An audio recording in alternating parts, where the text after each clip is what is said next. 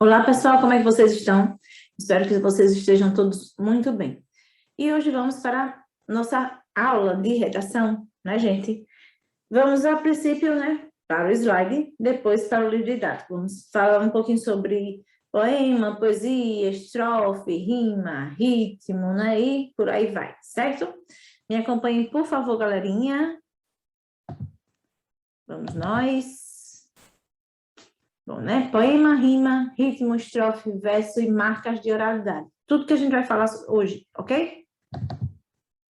Nossa aula promete.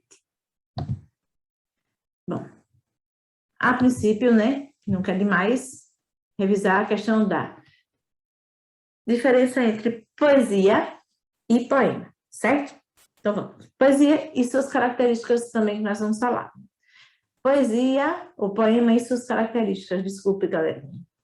Poesia é a arte de criar sentidos e despertar emoções, podendo ser expressa de diversas maneiras. Ou seja, a poesia pode ser expressa numa pintura, num espetáculo de dança, num texto poético, né? Então, de várias maneiras a poesia pode ser expressada, ok? E vamos ver aqui, poema. Poema ele é um texto composto em versos que podem ser organizados em estrofes. Esse gênero busca expressar, diz Maria. Eu vou ler tudo de novo, viu, gente? Poesia é a arte de criar sentidos e despertar emoções, podendo ser expressa de diversas maneiras, né? Como eu já expliquei antes, né? Espetáculos de dança, pintura, teatro, várias formas a gente pode expressar a poesia. Já o poema, né? O poema é o texto composto em versos que podem ser organizados em estrofes. Esse gênero busca expressar os sentimentos do eu lírico ou eu poético, né? Para despertar a sensibilidade do leitor, certo? O eu lírico é a voz que fala ou que se expressa no poema. O poeta é a pessoa responsável pela escrita do poema, ou seja, o autor. Vejam aí a diferença, né? O poeta escreve e o eu lírico ou eu poético é quem se expressa no poema, certo? Agora vamos lá, mais uma página. Vamos falar agora um pouquinho sobre verso, estrofe, rima e ritmo, certo? O verso, gente, é cada linha poética que tem ali no poema, certo? E o agrupamento de versos se chama estrofe. Agora vamos lá. Estrofe é um conjunto de versos, ou seja, são versos agrupados em blocos. No poema, as palavras são estrategicamente escolhidas e combinadas a fim de criar diversos efeitos, entre eles a rima e o ritmo. Rima é a semelhança de sons entre as palavras de dois ou mais versos. Elas podem aparecer no final ou no meio dos versos, até mesmo não aparecer, porque ela não é obrigatória. Quando as rimas não aparecem, são chamadas de versos brancos, né, gente?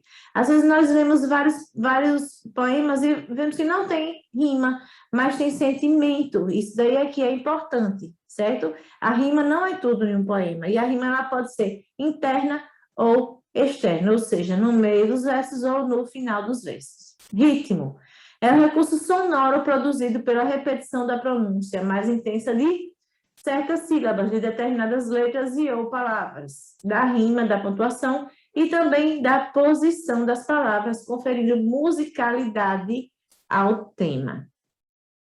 Vamos nós. Ou seja, o ritmo ele é responsável pela musicalidade na poesia. Marcas de oralidade ou marcações de, como é que você chama? Marcadores conversacionais, né? Eu conheço como marcas de oralidade, acho que até fica melhor para vocês, né?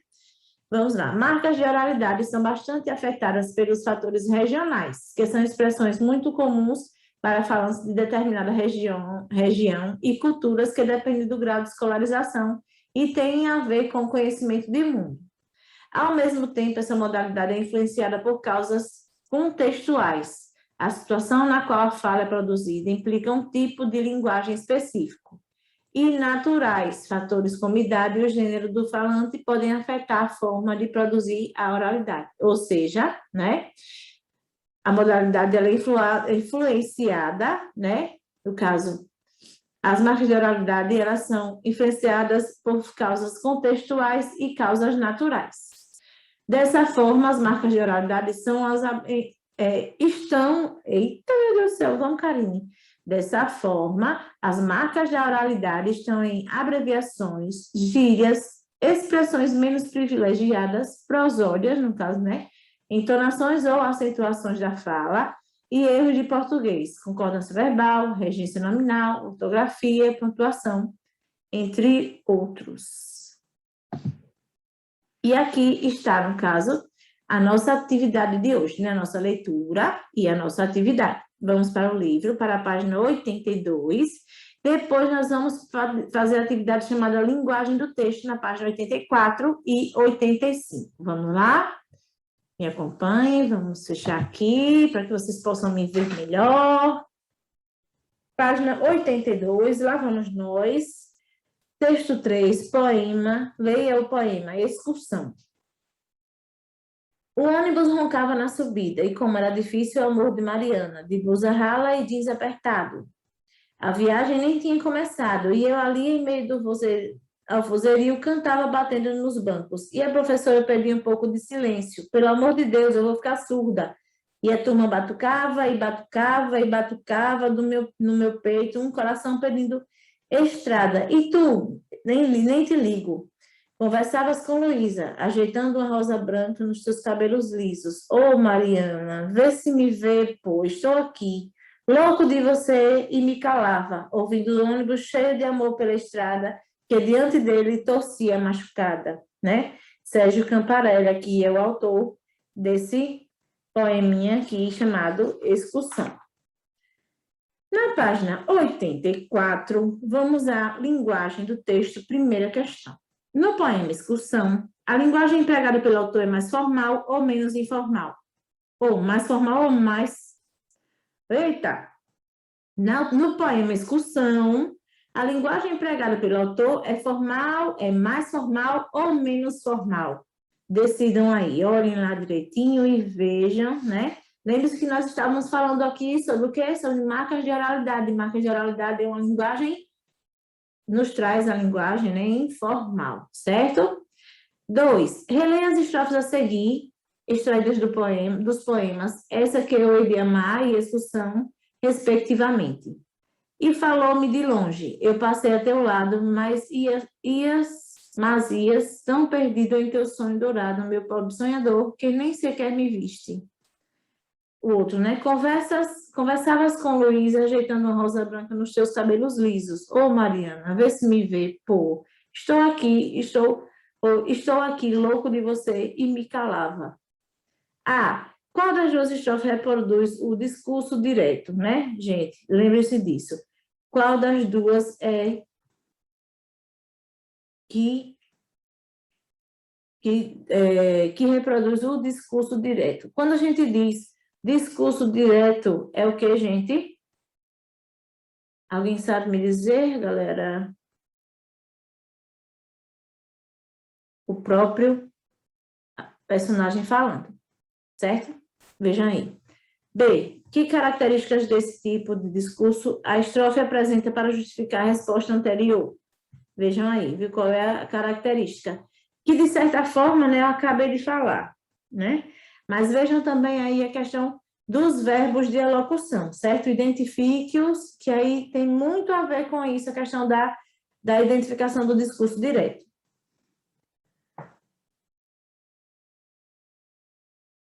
Vamos lá. E na segunda estrofe, como é possível perceber que os versos não caracterizam o discurso direto, no caso? Aí vocês vão dizer também como é possível que aconteça isso, a não caracterização do discurso direto. 3. Considere novamente a estrofe extraída do poema Excursão. Conversavas com Luísa, ajeitando uma rosa branca nos teus cabelos e, ó Mariana, se me vê, pô, estou aqui, louco de você que me calava. Vamos nós. É possível perceber que nesses versos o autor não mantém uniformidade no uso dos pronomes e dos verbos, ora empregando tu, ora empregando você, e alterando as pessoas e os tempos verbais. Com que intenção ele faz isso? Gente, ele quer saber se, por um acaso, ele está fazendo isso para mostrar que a linguagem é informal ou mostrar que a linguagem ela é informal. Aí vocês vão dizer e vão justificar o porquê, ok? B, as marcas típicas da linguagem falada que recebem o nome de marcadores conversacionais. Vamos lá. As marcas típicas da linguagem falada recebem o nome de marcadores conversacionais ou então marcas de oralidade. Transcrevam um exemplo de marcador conversacional utilizado nessa estrofe. Aí, veja aí, viu, gente? Nessa estrofezinha aqui do texto discussão. Agora vamos aos conceitos que o livro traz. Quando dialogamos, costumamos usar as expressões como né, viu, então, eu acho que, entendeu, daí, percebe, sabe.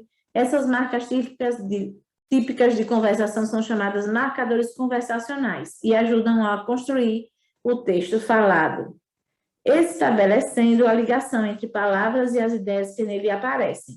Servem também para marcar a comunicação entre as pessoas que participam da conversa. Note que, quando quer saber se a pessoa com quem conversa entendeu o que você falou ou está prestando atenção ao que está dizendo, costuma empregar expressões como né, viu, entende, compreende. Há autores que costumam usar essas marcas nos textos escritos em diferentes situações, por exemplo, no registro do diálogo entre personagens, em que essas marcas são empregadas para tornar os diálogos literários mais parecidos com as falas reais. Procure observar essas marcas nos textos que já leu e naqueles que ainda vai ler nos próximos capítulos. C. Você emprega marcadores conversacionais quando dialoga com alguém?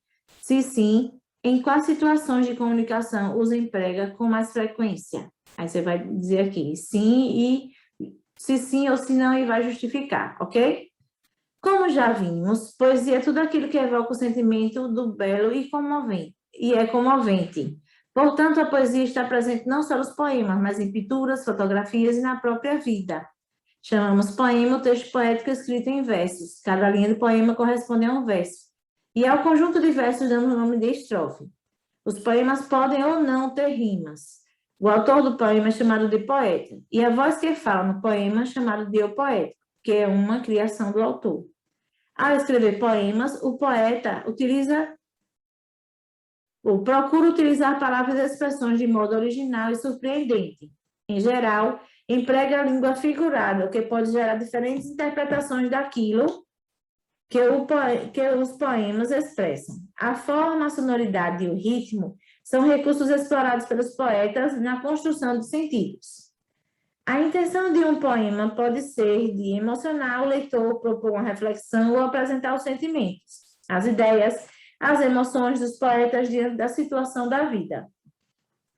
E é uma boa oportunidade da pessoa transmitir seus sentimentos, né, gente? Através de um poema, fazer com que o eu lírico fale, né, aquilo que a pessoa está sentindo, de certa forma. Mas nem sempre o autor escreve aquilo que realmente ele está sentindo. Às vezes ele está inspirado com outras coisas e sai escrevendo e assim vai, certo? Bom, pessoal, nós vamos ficar por aqui hoje. Espero que vocês tenham entendido direitinho o que são marcas de oralidade, essas coisas todas que nós falamos aqui, né, sobre a questão do poema, né?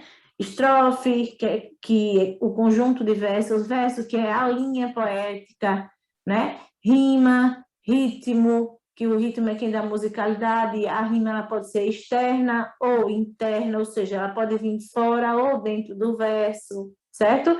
Então, é uma série de coisas que existem nesses assuntos que são de grande valia, certo? É claro que esse assunto não é só isso, ele é muito mais profundo. E aos pouquinhos as coisas vão sendo acrescentadas para que vocês não recebam um enxurrado de informação e acabe não adiantando em nada. Certo, galerinha? Nós vamos ficando por aqui. Espero que vocês tenham gostado da aula de hoje, certo? Continuo dizendo, não deixem de usar máscara e álcool em gel, certo? Tomem conta de vocês e das pessoas que vocês amam, certo? Se cuidem direitinho, ok, gente? E assim a gente tem muita coisa pela frente ainda para viver, ok? Então vamos lá, né? Um abraço apertado, um beijo no coração e até a próxima com fé em Deus.